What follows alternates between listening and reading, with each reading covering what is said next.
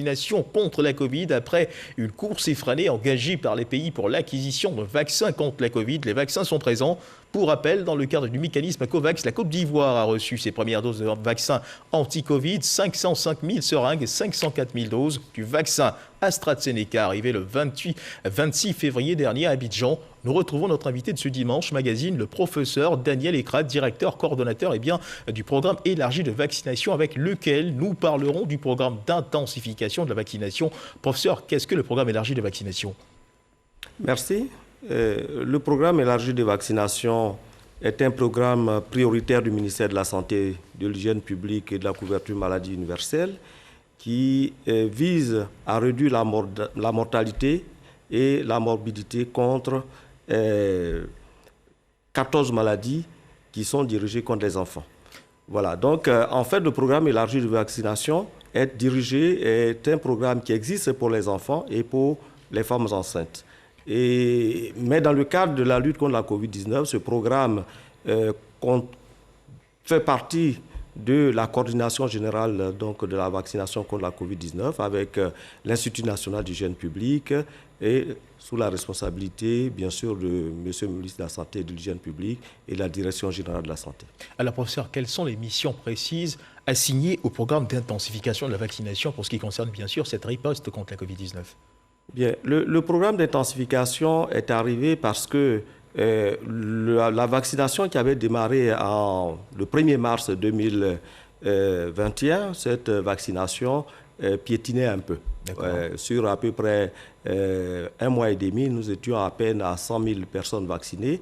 Et donc, monsieur le ministre de la Santé a décidé qu'il y ait un programme d'intensification de la vaccination en vue d'offrir les vaccins à l'ensemble de la population ivoirienne et qui est en âge donc de se vacciner et qui sollicite ces vaccins. Et donc c'est pour cela que ce programme a été mis en place depuis le 28 avril 2021.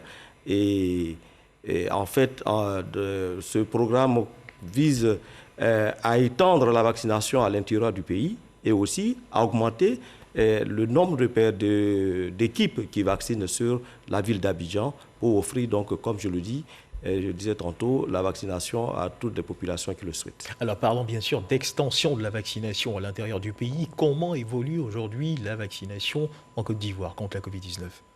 Bien, la vaccination, elle évolue très bien. Bon, vous l'avez dit tout à l'heure qu'il y a plus de 320 000 doses qui ont été déjà administrées. Ça veut dire qu'il y a une bonne adhésion de la population. C'est-à-dire que c'est vrai qu'au début, nous avons... la vaccination est allée lentement, mais depuis un moment, depuis l'intensification de la vaccination, on sent qu'il y a un mouvement, une forte demande donc, de cette vaccination. Et à l'intérieur du pays, tous les districts sanitaires ont commencé à faire la vaccination.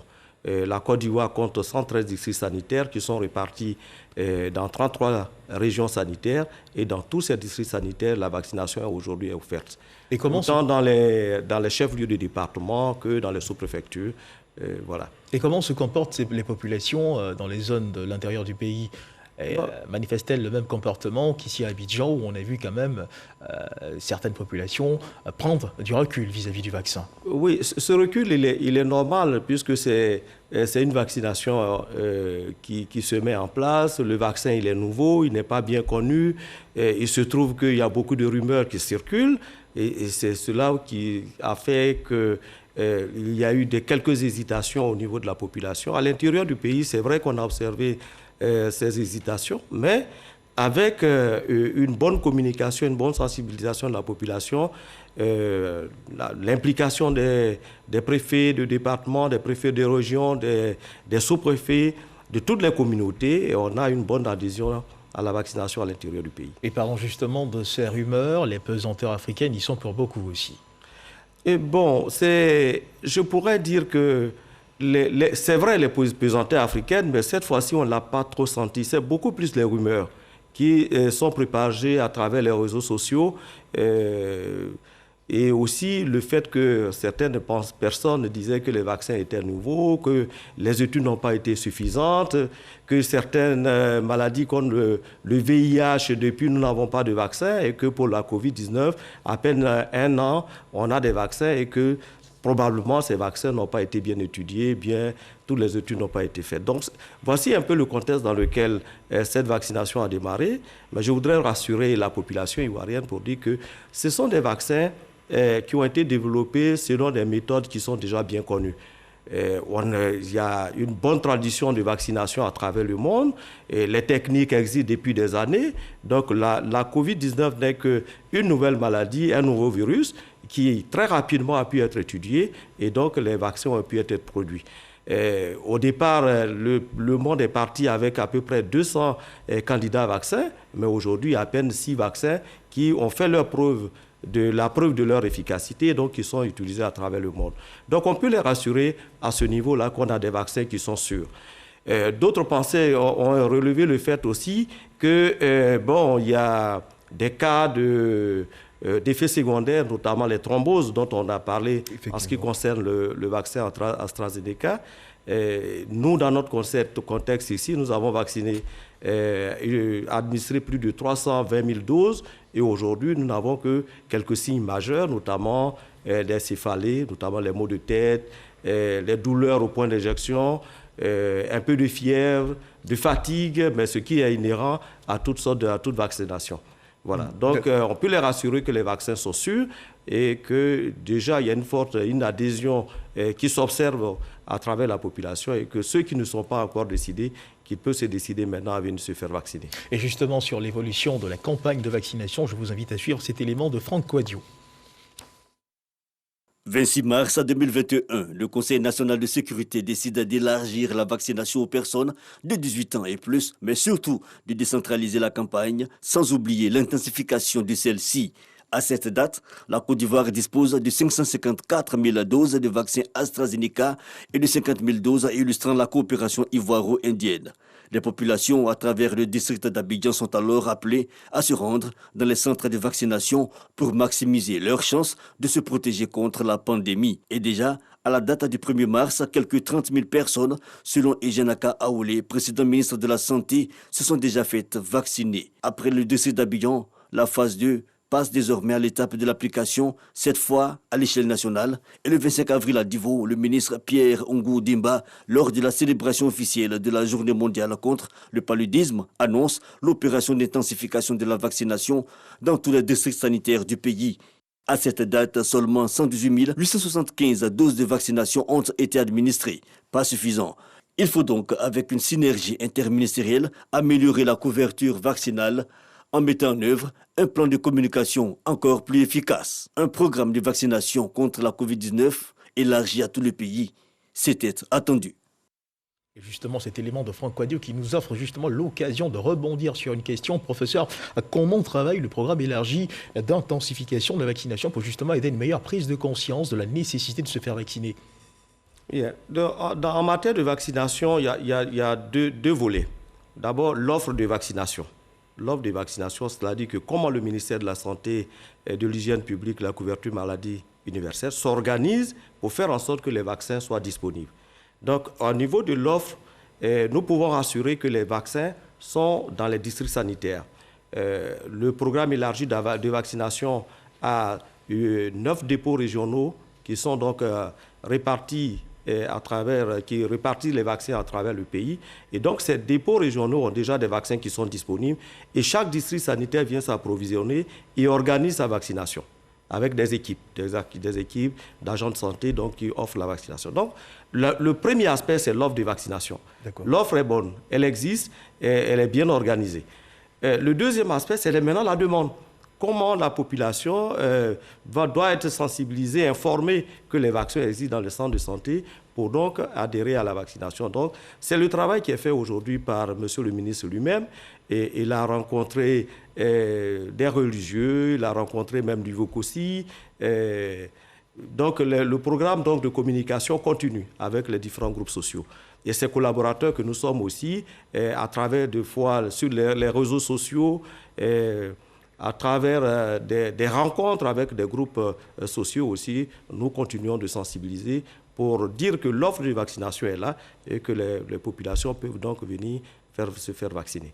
Alors, professeur, certains pays confinent, se reconfinent face à la maladie. En Côte d'Ivoire, fort heureusement, eh bien, ce n'est pas le cas. Les autorités, comme vous l'avez indiqué, ont pris les mesures idoines pour faire face à l'urgence. Mais il faut tout de même continuer à respecter les gestes barrières parce que l'on constate un certain relâchement au niveau des populations dans l'observation des gestes barrières. Oui, il faut respecter les gestes barrières parce que, comme vous le savez, la vaccination est l'une des mesures, l'un des moyens qui va nous permettre de sortir de cette crise sanitaire. Mais pour que la vaccination puisse avoir un effet, une vraiment efficacité sur la progression de la maladie, il faudrait qu'on vaccine entre 60 et 70% de la population. Aujourd'hui, nous sommes très loin de cet objectif. Pour les vaccins que nous avons reçus, nous sommes qu'à 554 000 doses disponibles pour la population d'à peu près 26 millions d'habitants. L'objectif même de vaccination de l'État, lorsque nous prenons les 18 ans et plus, nous sommes à près de 16 millions de personnes que nous devons vacciner. Donc nous sommes très loin du compte. Donc du coup, il faut continuer à observer les mesures barrières, notamment le port du masque, le lavage des mains, l'observance de la distanciation sociale et faire en sorte que partout où il y a des regroupements, les mesures soient observées pour protéger la population. Donc le vaccin, c'est vrai, on doit continuer à se faire vacciner, mais il faut qu'on observe les mesures barrières et c'est bien dommage que nous observions aujourd'hui dans la population que on a tendance donc à oublier les masques, on a tendance à oublier les seaux qui sont disposés dans les sites de lavage de mains, on les oublie, on passe. Les gels, nous ne les utilisons pas suffisamment. Il faut qu'on revienne aux bonnes pratiques. Aux bonnes pratiques parce que la maladie est encore là. Vous avez dit tout à l'heure qu'il y a plus de 46 000 cas et qu'il y a des cas actifs. Donc, tant qu'il y a des cas actifs, il y a la possibilité aussi de contaminer d'autres personnes et de faire en sorte qu'une nouvelle flambée puisse survenir. Donc, on n'est pas à l'abri d'une nouvelle flambée. Il faudrait qu'on continue d'observer les gestes barrières et aussi à continuer à nous faire vacciner. D'accord. Alors, à côté des actions de proximité engagées justement pour sensibiliser les populations à se faire vacciner, est-ce qu'il existerait d'autres moyens de permettre à ces populations de prendre conscience de l'existence même de la maladie ? À votre niveau, qu'est-ce que vous en pensez? Bien, pour la maladie, c'est une question de personnel. Il faut qu'on prenne conscience de notre santé, que chaque Ivoirien prenne conscience de la santé, qu'il doit pouvoir protéger sa santé. Et vous voyez qu'à travers les médias, les messages continuent de passer. Quand on regarde la RTI, par exemple, les messages sur la Covid-19 passent tous les jours et pratiquement toutes les heures. Et dans les radios de proximité, les radios confessionnelles et autres, tous ces messages continuent de passer. Donc c'est une prise de conscience. Et il ne faudrait pas que nous négligions notre santé. Il faut que nous sachions que c'est par ces mesures, c'est en respectant tout ce qui est dit par le ministère de la Santé et de l'Hygiène publique que nous allons arriver au bout de cette maladie, en observant les mesures barrières, en nous faisant vacciner. Merci professeur, merci d'avoir été avec nous à ce 13h. C'est la fin de ce journal. Je rappelle que dans le cadre du Dimanche Magazine de ce 13h, nous recevions le professeur Daniel Ekra, directeur coordonnateur du programme élargi de vaccination avec lequel nous avons parlé du programme d'intensification de la vaccination contre la Covid-19 mais surtout de l'évolution du processus de la vaccination contre la Covid-19 en Côte d'Ivoire. C'est la fin de cette édition. Merci de nous avoir suivis. Dieu garde la Côte d'Ivoire.